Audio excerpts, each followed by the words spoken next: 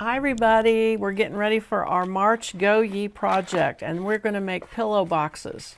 I've got 5 designs in there and you've got blue in case you've got boys or men that you want to give things to. But I need to go back in and glue my labels down just a little bit better. They're sticking up on a couple of these. But this is the project, and then I have a card with John 3:16 that you can put inside, and I'm sure you all have lots of ephemera, Bible verses, Bible cards, tags.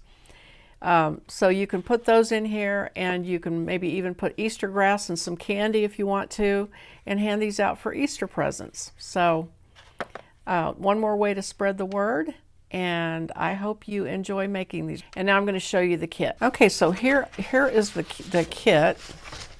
I have 5 different patterns for this pillow box.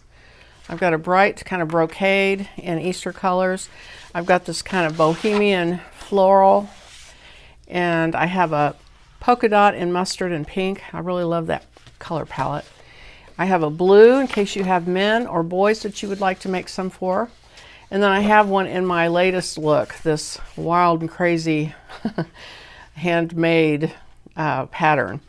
And each one of them has a little box that says Christ is risen that you can put on them after you've made them. And the scripture that goes in it is John 3:16.